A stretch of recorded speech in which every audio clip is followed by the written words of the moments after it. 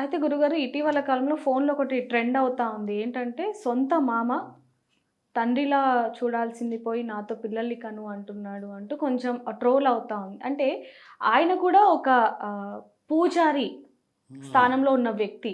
అంటే పూజారి స్థానంలో ఉన్న వ్యక్తి అంటే గౌరవం ఎప్పుడూ ఉండాలి. గౌరవం ఉంటూ ఉంటుంది. ప్రతి ఒక్కరు కూడా చేతులెత్తి మొక్కుతూ ఉంటారు. ఆ పరమేశ్వరునికి అంటే భక్తులందరూ కూడా అతనికి బాధలు గాని, కష్టాలు, సుఖాలు అన్నీ కూడా చెప్పుకుంటున్నారంటే ఆయన కూడా దేవుడితో సమానం.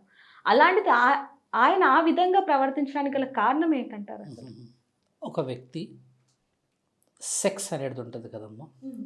శారీరకం దాన్ని మనం చదువు పరంగా మాట్లాడితే పరాగ సంపర్కం అంటారు. అవును. మనకి సైన్స్‌లో అవును. ఉంటుంది. హ్మ్. ఈ సంపర్కాన్ని సంపర్కంగా చూసే మూర్ఖులంతా ఆడదాని శరీరం కోసం చచ్చేవాళ్ళే. హ్మ్. దీన్ని మానవ జన్మని సృష్టించడానికి పుట్టిన అపరబ్రహ్మలోకం పరమాత్ముడు ఇచ్చిన మహాప్రాణం అని అనుకునే వాళ్ళు స్త్రీని కానీ ఇంకొక వాళ్ళని కూడా దైవంగా చూస్తారు. వీళ్ళంతా అమ్మ స్త్రీ పురుషులని వాళ్ళ తల్లిదండ్రులు తప్పుడుగా పనులు చేసి పుట్టించుకున్న మహానుభావులు వీళ్ళంతా. అంటే తల్లిదండ్రులు ఏదైనా తప్పు చేస్తే అలాంటి పిల్లలు అలా పుడతారంటారా? పుట్టిన ఉండదు. లేకపోతే ఆ తల్లిదండ్రులు పుణ్యంగా సంసారం చేసి కనుక్కొని బుద్ధి, తర్వాత చదువు, కష్టపడిన ఈ యొక్క వస్తువులు, ఈ యొక్క తిండి ఇదంతా మేము కష్టపడితే వచ్చిందని చెప్పే ఆ ప్రక్రియనే ధర్మ మార్గాన నడిపిస్తది. హ్మ్. ఎవరైతే శారీరక వ్యామోహంతోని ఇల్లు, సంసారం వదిలిపెట్టేసేసి కంటారు కదా కొంతమంది, అలాంటి వాళ్ళకి వక్ర బుద్ధి ఉన్న వాళ్ళు పుట్టే వాళ్ళ తరుణం కూడా ఇలానే ఉంటది. ఆ రోజు నువ్వు తప్పుడుగా కన్నావు, ఈరోజు తప్పుడుగానే పెరుగుతాడు. ఆ రోజు నువ్వు దొంగలాగా కన్నావు, వాడు దొంగలాగానే పెరుగుతాడు. నువ్వు నీతి నిజాయితీగా ధర్మంగా చేసుకున్న వాడి విషయంలోకొచ్చి నేను మంచి చెడు అన్నీ గెలిసి కలిసి ఉన్నాను అని అన్న వాళ్ళందరూ ఇది మా ఇల్లు మా సంసారం మా రక్తం అని కొట్లాడతారు. మీరు కొంతమంది అంటారు అరే ఉంచుకున్న వాడికి పుట్టినవరా అని అంటారు. మీకు గుర్తుందా అవునండి. తల్లి? అవును. ఎందుకంటారంటే ఆయన చేసే పనులు కూడా అలానే ఉన్నాయనే చెప్పాను అంటారు. కానీ అలాగే ఉంచుకున్న వాడికి పుట్టిన వాళ్ళందరూ ఎంతమంది మహానుభావులు లేరు ఇక్కడ మరి? ఉన్నారు. అలా ఈ రక్తం అనేది ఏదైతే ఉంటుందమ్మా, ఈ తల్లిదండ్రులు వక్రీకరించేసి పెంచుతారు వాళ్ళని. అంటే ఎందుకంటే బుద్ధి నేర్పించే పద్ధతి ఫస్ట్ నుంచి ఏం చెప్తారంటే ఏది చేసినా మోసుకొస్తారు. ఆడపిల్లని తక్కువ చూసినా మోసుకొస్తారు. అక్క చెల్లెల్ని ఇంట్లో తన్నినా కొట్టినా మోసుకొస్తారు. బయట నుంచి దొంగతనం తీసుకొని వచ్చినా ఎవరికి చూపెట్టకు అని అంటారు. ఈయన రూపాయి ఇంట్లో నుంచి ఎత్తుకుపోయినా కూడా దాన్ని గట్టిగా ప్రశ్నించరు కదా. ఈ ఆడపిల్ల విషయం కామం అనేది ఎందుకు వస్తుందంటే అమ్మ, వీడు ఆ అమ్మాయిని అడుగుతున్నాడు అని అంటే ఆ అమ్మాయి ఏదో బలహీనతలో ఉన్నదని అర్థం. ఒకటి ఫైనాన్సో, 2 ఎమోషన్సో, మూడోది సెక్యూరిటీ. ఈ మూడిట్లల్లో ఏదో లాస్ అయి ఉంటేనే వాడు ఆ ధైర్యం చేసి అడుగుతాడు. కానీ ఆ అమ్మాయికి మంచి అండ అంటే సెక్యూరిటీ. ఫైనాన్స్ అంటే ఈ చుట్టుపక్కల ఉన్న వాతావరణం మంచి ఎడ్యుకేటెడ్ అయి ఉంటాయి. ఆమె మంచి జ్ఞానవంతురాలై ఒక గుణవంతురాలైతే ఈ 3 ఉంటే వాడు ధైర్యం చేయడు. వాడు అంత సొంత మేనమామ ఆడదాకొచ్చాడు, మామ ఇలా అంటున్నాడు, ఒక స్థితిగతిలో ఉన్నవాడు అంటున్నాడంటే ఈ అమ్మాయిలో ఏదో బలహీనత చూసి ఉపయోగించుకుందాం. ఒంటరితనం ఒకటి, ఈ అమ్మాయి మంచితనం 2. అంటే ఎవరో శాస్త్రాలు తెలియని వాళ్ళు, ధర్మాలు తెలియని వాళ్ళు అన్నారు అంటే నిజంగా ఒక ధర్మంగా ఇది కానీ, తెలిసినవాడు అలా రాడు. నిజంగా దేవుడికి నిత్యం పూజలు చేస్తూ కూడా ఒక స్వామి అనే ఇదిలో ఉంటూ, ఆ పేరులో ఉంటూ, మర్యాదలు తీసుకుంటూ చేసేవాళ్ళు అసలు ఎంతవరకు నిజమంటారు ఇది? అంటే ఏ మంత్రం విధంగా ఉచ్చారణ. చూడొచ్చు అంటారు దీన్ని? మంత్రం వచ్చిన వాళ్ళందరూ గురువులు కాదు కదా తల్లి. మంత్రం చదివిన వాళ్ళందరూ మీరు అన్నట్టుగా బ్రాహ్మణులు కారు. మంత్రం వచ్చిన వాళ్ళందరూ గురువు యొక్క సాధకులు కారు. మంత్రం వచ్చిన వాళ్ళందరూ పరమాత్ముడి దగ్గర పూజారులు కారు. ఎవరైనా చదువుకుంటున్నారు ఈ రోజుల్లో, ఎవరైనా ముందుకెళ్తున్నారు విద్యా బుద్ధుల్లో. ఆయన ఓన్గా బిల్డింగ్ కట్టుకుంటున్నాడు, ఆయన తెలివితో ఉంటున్నాడు, ఓన్గా పూజలు చేసుకుంటున్నాడు, ఆయన తెలివిగా ఉంటున్నాడు. ఇవన్నీ వదిలిపెట్టేసేసి ఈ కామానికి సంబంధించిన ఆ నిగ్రహత లేని ఒక వ్యక్తి అంటే ఈడ అర్థం ఏం తెలుసా తల్లి? ఆయన మంత్రాలు నాలికతోని మాత్రమే చదువుతున్నాడు, మనసు మాత్రం రాక్షస మనసు అని అర్థం. ఎవరైతే ఇప్పుడు మీరు అంటే మంత్రాలు బాగా చదివిన వాళ్ళు, తర్వాత పూజలు బాగా చేసిన వాళ్ళు, గుడిలోకి వచ్చిన స్త్రీ ప్రతి ఒక్కటి తండ్రి యొక్క బిడ్డ అనే ఆలోచించాలి. ఈయన అవును. గారికి బిడ్డ తోడబుట్టినదని ఆలోచించుకోవాలి. ఇలాంటి ఆలోచన రాకుండా వచ్చిన వాళ్ళని స్త్రీలాగా చూస్తున్నారు అని అంటే ఆయన ఆ గుడికి అనర్హుడని, ఆయన ఆ మంత్ర ఉచ్చరణకి అనర్హుడని, ఆయన శరీరాలు ఎవరైతే స్త్రీని తక్కువ చూస్తున్నాడో అలాంటి వాడి దేహశుద్ధి చేయాలని అర్థం. మనము పంతులని బాగా మాట్లాడతామే మీరు అన్నట్టుగా, పండితులు పండితులను బాగా మాట్లాడతాం, సాధువులను బాగా మాట్లాడతాం. అంటే వాళ్ళు దైవం దగ్గర ఉంటారు కాబట్టి దైవానికి వీళ్ళ దగ్గర బంధుత్వం కాబట్టి చెప్పుకుంటారు కష్ట సుఖాలని ధైర్యంతో వస్తారు.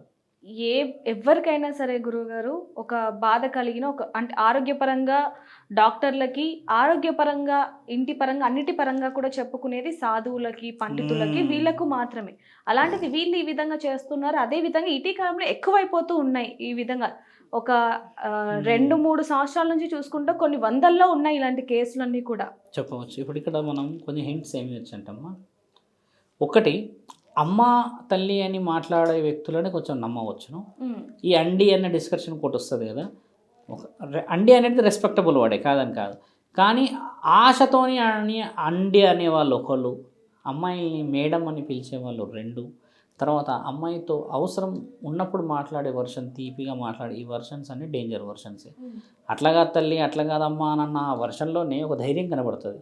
ఈ రోజుల్లో ఓ డబ్బు ఒక స్త్రీ అడిగింది, ఒక మంచితనానికి, ఒక అవసరానికి వస్తే అమ్మ అండి అని మాట్లాడేసేసి ఆవిడ యొక్క పరిస్థితిని చాలా తక్కువగా అంచనా వేసిన వాళ్ళు ఉన్నారు ఇక్కడ.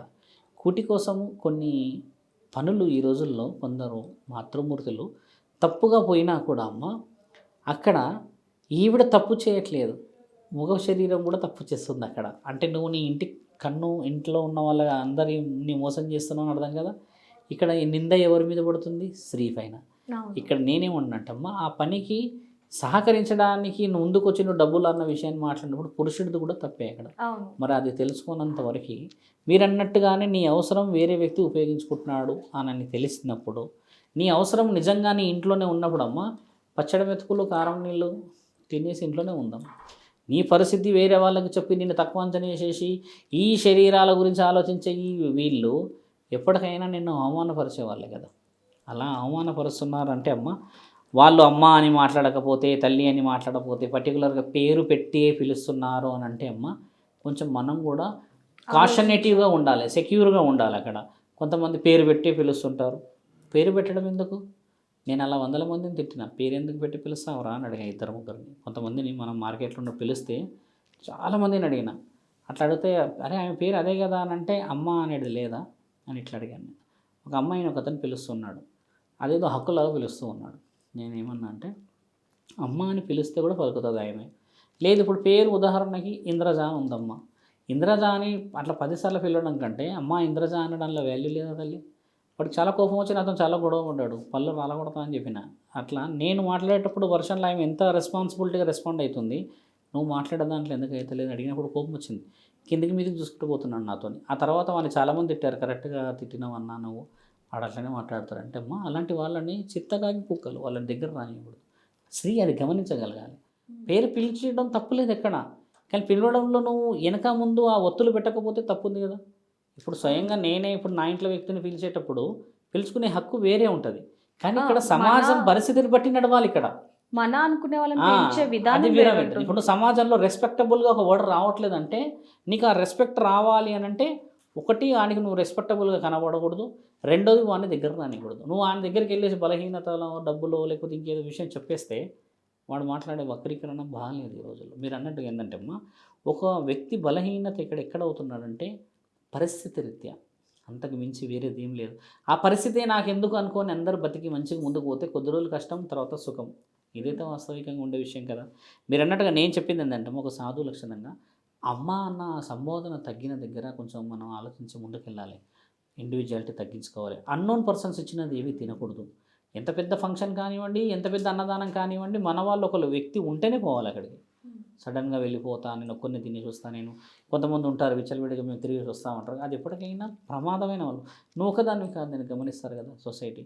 అమ్మ అని మాట్లాడుకోవాలి, అండి, మేడాలు, ఇవన్నీ కొత్త కొత్త వర్డ్స్ మాట్లాడుతున్నారంటే మనం ఖచ్చితంగా ప్రికాషన్గా ఉండడమే ధర్మ సందేహం తల్లి. ఇంకోటి గురుగారు, ఇందాక మీరు అన్నట్టుగా ఏదైనా ఒక పొరపాటు జరిగింది అంటే ఆడపిల్లని నిందిస్తారే తప్ప దానికి కారణమైన అంటే ఆ మగవాణ్ణి ఏమి అనరు. అంటే ఇప్పుడు అర్ధరాత్రి ఏదైనా జరిగింది అనుకుంటే అసలు నువ్వెందుకు వెళ్ళావు అక్కడికి అనే ప్రశ్నే వస్తుంది. దీనికి గల కారణం ఏంటంటారు? ఇంకెప్పుడు ఈ సమాజం మారుతుంది? ఆడపిల్లలు మీరు అన్నట్టుగా అమాయకులు కాబట్టి కొంచెం వాళ్ళని సెక్యూర్ చేస్తారు. మగవాడు ఏంటంటే కొంచెం రూఢీగా ఉంటాడు, తిరుగుతాడు, కొంచెం బయటే ఉంటాడు అనేది ఫస్ట్ నుంచి వచ్చింది. అంటే గురుగారు ఎంత ఉన్నప్పటికీ కూడా ఇప్పుడు ఆడవాళ్ళు కూడా దేంట్లో తక్కువ కాదు.